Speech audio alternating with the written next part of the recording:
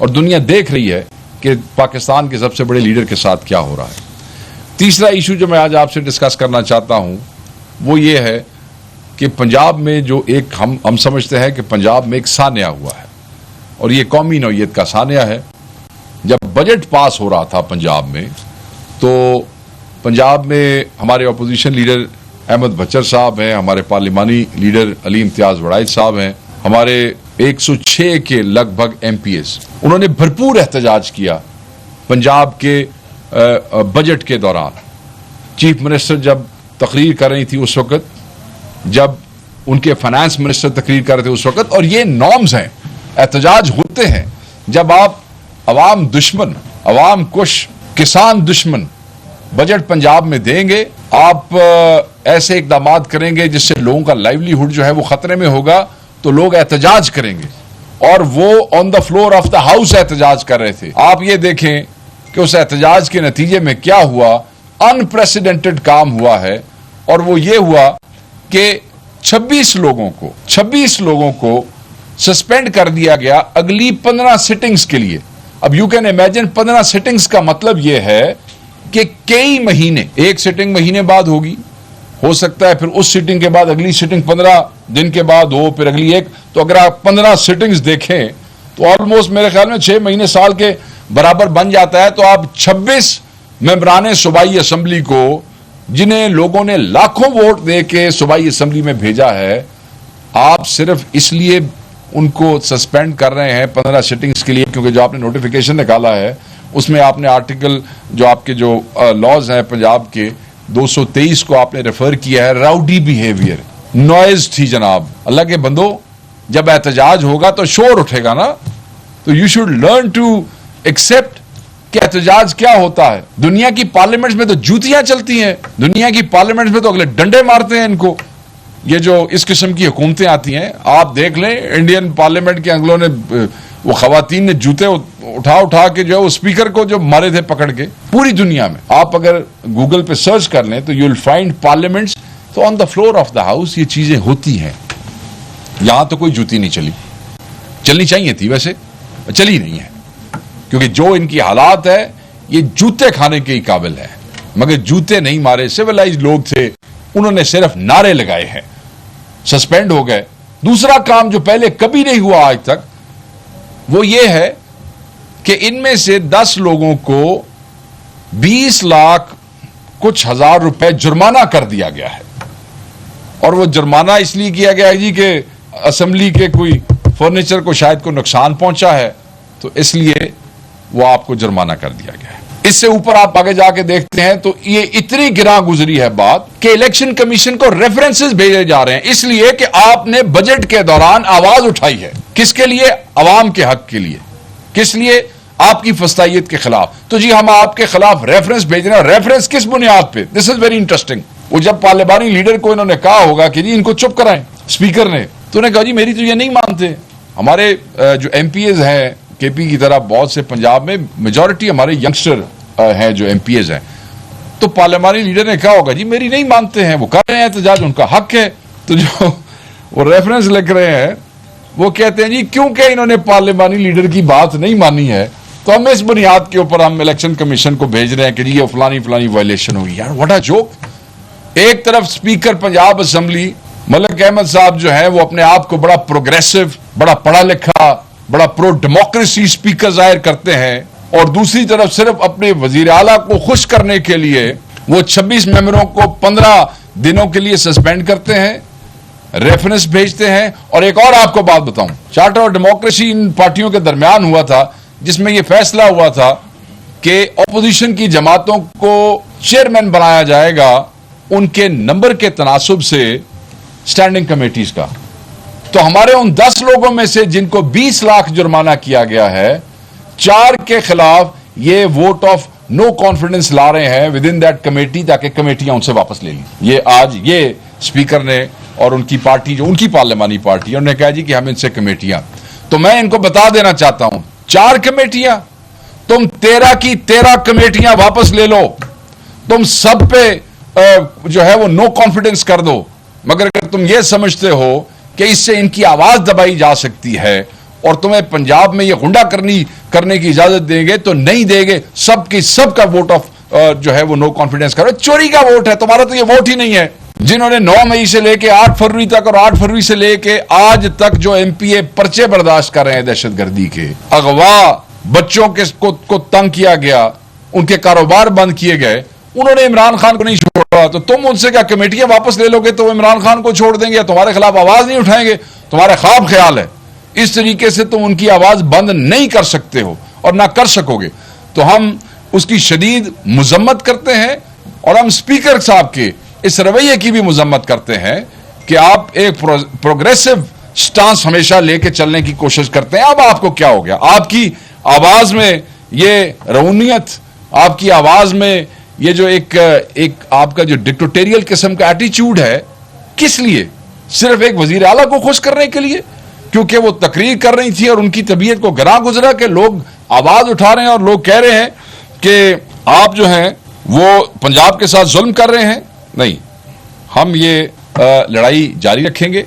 ان committee سے کوئی فرق نہیں پڑتا, ایک نہیں ساری چلی جائیں. لوگوں نے اپنی سیٹیں قربان کی ہیں تو یہ کمیٹیوں کی کیا حیثیت ہے, اس کی کوئی اوقات نہیں ہے. آخری پوائنٹ بڑا امپورٹنٹ ہے.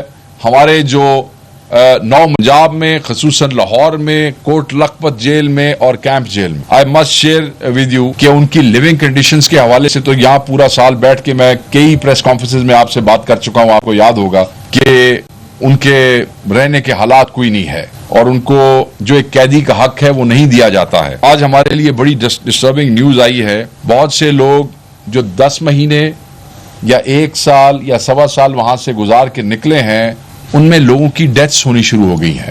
ابھی تک 9 مئی کے جو لوگ کیمپ جیل میں اور یہ جو دوسری آپ کی جیل ہے کیمپ جیل اور جو دوسری آپ کی کوٹ لکھپت جیل ہے, 2 جیلیں ہیں, کوٹ لکھپت اور کیمپ, اس میں سے سال اور 6 مہینے سزا گزارنے والے 6 بندے 9 مئی کے کیسز والے مختلف بیماریوں کا شکار, خصوصاً ہیپیٹائٹس کا شکار ہو کے وہ فوت ہو چکے ہیں. ایک کی آج ڈیتھ ہوئی ہے. یہ عجیب اتفاق ہے کیا کہ ان کو سزائیں ہوئی ہیں, وہ ان جیلوں میں رہے ہیں, ہم چیختے رہے ہیں کہ ان کی کنڈیشنز جو ہیں وہ ٹھیک نہیں ہے, وہ انسان ہے.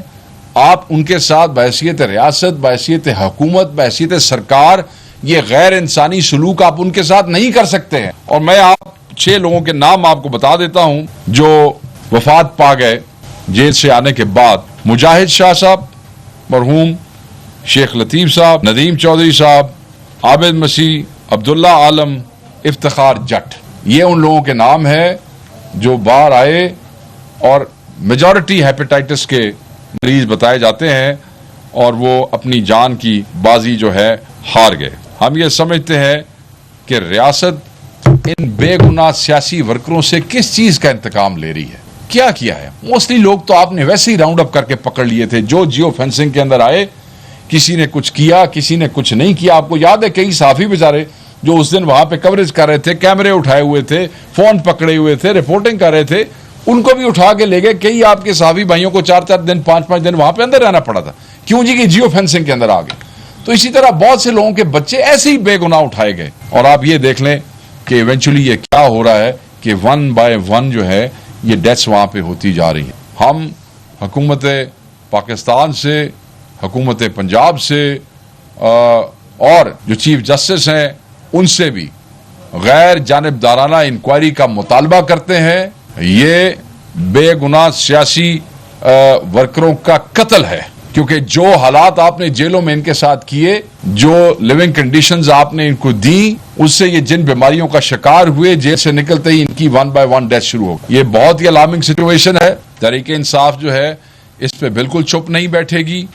ہم مطالبہ کرتے ہیں کہ فوراً جو ہے یہ انکوائری کی جائے اور جو لوگ اس کے ذمہ داران ہیں ان سب کو سخت سے سخت سزائیں دی جائے. اور ان جو بقایا ہمارے سیاسی ورکر موجود ہیں ان کی کوئی کنڈیشنز نہیں ہے. گرمی کے اندر ان کا مطلب ہے پاور آؤٹیجز ہیں. اس گرمی کے اندر پنجاب میں آپ امیجن کریں کہ جب بجلی نہیں ہوتی, پھر بیرکس کے اندر بندے کس طریقے سے بڑے بھرے ہوئے ہیں, کھانے کا کیا نظام ہے. پھر 9 مئی والوں کے ساتھ کو پتہ نہیں ہے دنیا کا کون سا ان کو قیدی سمجھتے ہیں, ان کے لیے وہ سہولتیں بھی نہیں ہیں. مطلب جو سہولتیں نہیں کہنا چاہیے وہ حقوق جو باقی لوگوں کو ملتے ہیں، باقی قیدیوں کو ملتے ہیں، ان کو وہ بھی نہیں دیے جاتے ہیں. تو ہم یہ مطالبہ کریں گے چیف جسٹس سے بھی، چیف جسٹس آف پاکستان سے بھی. انہوں نے بھی ایک کوئی کمیٹی بنائی ہوئی تھی پرزنرز کے حوالے سے، جیلوں کے حوالے سے، کہ آپ اس پہ ذاتی توجہ دیں. ان بے گناہوں کا خون جو ہے، ان بے گناہ سیاسی ورکروں کا خون، یہ قوم، یہ عوام آپ کی آستینوں پہ تلاش کرے گی اور آپ لوگ ذمہ دار ہوں گے. نشست میں آپ کے خلاف فیصلہ آ چکا ہے. اب جیسا آپ نے کہا کہ یو این او میں اگر ہم اس کو لے کے جائیں تو اگلا آپ کا لائے عمل کیا ہوگا؟ کیا آپ اس کو واقعی یو این او تک لے کے جا رہے ہیں یا اس کے علاوہ آپ کا کوئی اور؟ دیکھیں جی، اس پہ ہمارے جو لیگل اسٹریٹجسٹ ہیں اور جو ہمارے سیکرٹری جنرل صاحب ہیں وہ بیٹھے ہیں، لوگوں کے ساتھ اس پہ مشاورت ہو رہی ہے. کیونکہ آپ دیکھ لیں کہ ریویو کے بعد تو جو آپشنز ہوتی ہیں وہ کیا ہیں، کیسے ہیں، وہ سب آپ کے سامنے ہے. اور ہم نے آپ کو کہا نا کہ ہم اس پہ چپ نہیں بیٹھیں گے. چپ نہیں بیٹھیں کا مطلب ہے کہ ہم جہاں اپنے انصاف کے لیے آواز اٹھانے کے لیے اور اس سسٹم کو ایکسپوز کرنے کے لیے جہاں جا سکیں ہم وہاں پہ جائیں گے. And U N is one option. Sir یہ بتائیے گا کہ جو بجٹ پیش کیا گیا خیبر پختونخوا میں، علیمہ خان بھی یہ کی تھے کہ عمران خان کو مائنس کر دیا گیا، صوبائی حکومت ٹھیک ہے اس وقت کیا علیمہ خان بی بی کا اسٹیٹمنٹ ہو رہی ہے؟ آپ کس چینل سے ہیں؟ میرے نیو نیوز سے. دیکھیں بات یہ ہے کہ آپ بڑے لیٹ ہو گئے ہیں. لیٹ اس لیے ہو گئے ہیں کہ یہ چیز جو ہے یہ پٹ گئی ہے پچھلے 3-4 دن پہلے، اور پاکستان تحریک انصاف اس پہ بڑا کلیئرٹی سے جواب دے چکی ہے. آپ نے بھی کسی بھائی سے دیکھا ہوگا، آپ نے ٹی وی بھی دیکھا ہوگا، آپ نمائندے ہیں ان کے. میں سمجھتا ہوں کہ جو آج میں نے ایشوز ڈسکس کیے ہیں they are very important. Khyber Pakhtunkhwa کے بجٹ کے حوالے سے آپ خیبر پختونخوا کے فائنانس منسٹر صاحب سے بات کیجیے گا. آپ یہاں کے رہائشی ہیں، میں آپ کو ان کا نمبر دے دوں گا، کہیں گے تو میں آپ کی ملاقات بھی کر دوں گا. شیخ صاحب ایک سوال کرنا چاہوں گا. آپ لوگ کہہ رہے ہیں مخصوص نشستوں کے حوالے سے، تو تحریک انصاف پہ جب سپریم کورٹ نے بلے کا نشان چھینا تھا تو ان کے پاس دوسری پارٹیاں جوائن کرنے کے بھی آپشن تھے. پی ٹی آئی پی کے ساتھ مذاکرات چل رہے تھے، متحدہ مجلس عمل وغیرہ تھی، لیکن سنی اتحاد کونسل کیوں جوائن کی جن کا اپنا نمائندہ جو تھا وہ آزاد حیثیت سے الیکشن لڑا؟ کیا پی ٹی آئی خود اپنے آپ کو گن بند گلی میں لے کے گئی تھی؟ نہیں، ایسی بات نہیں. میں آپ کے I will be very frank with you. آپ نے سوال کیا ہے، یہ جو لوگ کہتے ہیں کہ ہمارے ساتھ مذاکرات چل رہے تھے، معاملات چل رہے تھے، بالکل ہم چاہتے تھے کہ ہمیں کوئی ایسی پارٹی، اوبیسلی ہم نے اپنی پوری کی پوری پارٹی دینی تھی، تو we had to be careful. ایسے نہیں ہو سکتا تھا راہ چلتے ہم کسی کو بھی پکڑتے اور کہتے کہ ساروں کو اس میں جمع کر دو، کیونکہ کل ہم جس پارٹی میں شامل ہو جاتے ہمارے سیاسی فیصلے تو ان کے ہاتھ میں چلے گئے تھے نا. پھر تو یہ ایک بہت بڑی جو تھی ایک کنسیڈریشن تھی کہ کون سی پارٹیاں ہونی چاہیے. جہاں تک آپ نے 1-2 پارٹیوں کا ذکر کیا، میرے بھائی ضرور ان سے بات چیت چلی، مگر جس وسائیت کا سامنا کر کے پاکستان تحریک انصاف کا ایک عام ورکر کھڑا رہا سینہ تان کے، بہت سی پارٹیاں جو آپ کو بہت بڑے بڑے قد آور شخصیات نظر آتی ہیں، ان میں حوصلہ نہیں تھا کھڑے ہونے کا. تو ہمارے پاس بڑی لمیٹڈ آپشنز تھیں، اور وٹ ایور لمیٹڈ آپشنز تھیں ان میں وہ آپشن جس کو اس وقت کی جو قیادت تھی، جو لوگ اس کا فیصلہ کر رہے تھے، انہوں نے سیف آپشن اسی کو سمجھا. اور میں یہ سمجھتا ہوں کہ سینٹی شوڈ پریویل. کیا اس ٹیکنیکل بنیادوں پہ آپ عوام کے ووٹ کو پھینک سکتے ہیں اس طریقے سے کہ آپ چوری کھا سکتے ہیں؟ ایک ووٹ پڑا مجھے ہے، وہ آپ کو پڑا ہی نہیں ہے. آپ دے کس طرح رہے ہیں اور وہ لے کس منہ سے رہے؟ جہاں عدالت کی بات آئے گی، جو لوگ اس میں اسٹیک ہولڈر ہیں، ہم اس کا ذکر کریں گے. ہم یہ سمجھتے ہیں کہ قاضی فائز عیسیٰ نے ہم سے بیٹ چھینا تھا، اس کے پیچھے کون تھا، اس سے آگے کون تھا. آپ صحافی ہیں، آپ کریں تحقیق اور لکھیں. اس پہ سچ کا علم بلند کرنا چاہیے. اس وقت کی چیزوں پہ بھی لکھیں اور آج کی چیزوں پہ بھی لکھیں. یہ احتجاج تحریک کا لائے عمل طے کیا جا رہا ہے. خان صاحب نے 2 ہفتے کے لیے، آپ کو یاد ہوگا کہ خود کہا تھا کہ آپ جو ہے وہ جو خطے میں اسرائیل اور ایران کی جنگ کے حوالے سے ایک نازک صورتحال پیدا ہو گئی تھی، اس کی وجہ سے خان صاحب نے کہا تھا کہ آپ اس کو 2 ہفتوں کے لیے ڈیلے کر دیں. اب اس کے بعد ایام محرم شروع ہو گئے ہیں اور احترام ایام محرم ہے. آپ کو یاد ہوگا کہ پچھلے سال بھی ہم نے چلتی ہوئی جو تحریک تھی وہ ہم نے ان دنوں کے لیے روک دی تھی، تو وہ 2 ہفتے بھی پورے ہو گئے، اور یہ جب یہ ایام جو گزریں گے تو اس کے بعد چیزیں ریزیوم ہو جائیں گی. اے پی میں اپوزیشن حکومت بنانے کی باتیں چل رہی ہیں اور ڈاکٹر عباد کو وزیر اعلیٰ بھی بنایا جا رہا ہے. ایک جملہ کہا جا سکتا ہے اس میں، زیادہ تو نہیں تفصیل میں آپ کو دے سکتا، تو کے پی والا کو بتائے گا. عمران خان کی پارٹی کی حکومت ہے اس واحد صوبے میں اور ایک واس میجورٹی کے ساتھ ہے. تو میں یہی کہہ سکتا ہوں کہ بلی کے خواب میں چھچڑے، یہ آپ ڈاکٹر عباد کو بھی بتا دیجیے گا اور اس کے پیچھے جو کھڑے ہیں ان کو بھی بتا دیجیے گا. صاحب ہم لوگوں نے احتجاج کے لیے ایک متحدہ پوزیشن بھی بنائی تھی، اس سے تو مولانا فضل الرحمان جو ہے وہ چلے گئے، لیکن جو احتجاج کریں گے وہ متحدہ پوزیشن کے پلیٹ فارم سے. نہیں، پہلی بات تو یہ ہے جی کہ مولانا فضل الرحمان صاحب نے کبھی پراپرلی اس اپوزیشن اتحاد کو جوائن ہی نہیں کیا تھا. ہم ان کے ساتھ انگیج کرتے رہے اور الٹیمیٹلی آپ کو یاد ہوگا، آپ کے ٹی وی چینلز نے اس کو رپورٹ کیا کہ انہوں نے کہا کہ ہم اپنی شورا سے مشورہ کریں گے. ان کے کوئی کنسرنس تھے، یہ ساری پریس کانفرنسز تو میں آپ کے ساتھ کرتا رہا ہوں بیٹھ کے. ان کے کوئی کنسرنس تھے اور آپ کے چیف منسٹر نے وہ سارے کنسرنس دور کر کے اس کمیٹی کو بتا دیا تھا کہ جیسے خان صاحب کہتے ہیں ویسے ہی ہو جائے گا. اس کے بعد ان کی اپنی شورا سے بات ہوئی اینڈ دین ہی سیڈ کہ ہم فارملی کسی اپوزیشن الائنس کا حصہ نہیں بن سکتے. تو انڈیپینڈنٹ پارٹی اب ہم پیچھے تو نہیں کسی کے جا سکتے نا. اور ویسے بھی ہم نے کوشش کی but he voted for 26th amendment. ہم بڑی پارٹی ہونے کے باوجود ان کے پاس چل کے گئے. کتنی سیٹوں کی پارٹی تھی؟ کوئی کمپیریزن ہی نہیں تھا پاکستان تحریک انصاف کے ساتھ. پاکستان تحریک انصاف کے امیدواروں نے ووٹوں کے تھرو سیاسی طور پہ مار کے ستیہ ناش کر دیا تھا JUIF کے لوگوں کا میدان کے اندر. بالکل دمبے بنا دیے تھے ان کے ووٹ جو ان کا حشر کیا تھا. اس کے باوجود خان صاحب کی ڈائریکشن کے اوپر چل کے ان کے پاس گئے، جن کو ہر حلقے میں ہرایا، جو سیاسی مخالف تھے جمہوریت کے لیے چل کے گئے. مگر وہی ہوا جو ہمیشہ ہوتا ہے، ہی ووٹڈ فار 26th امینڈمنٹ.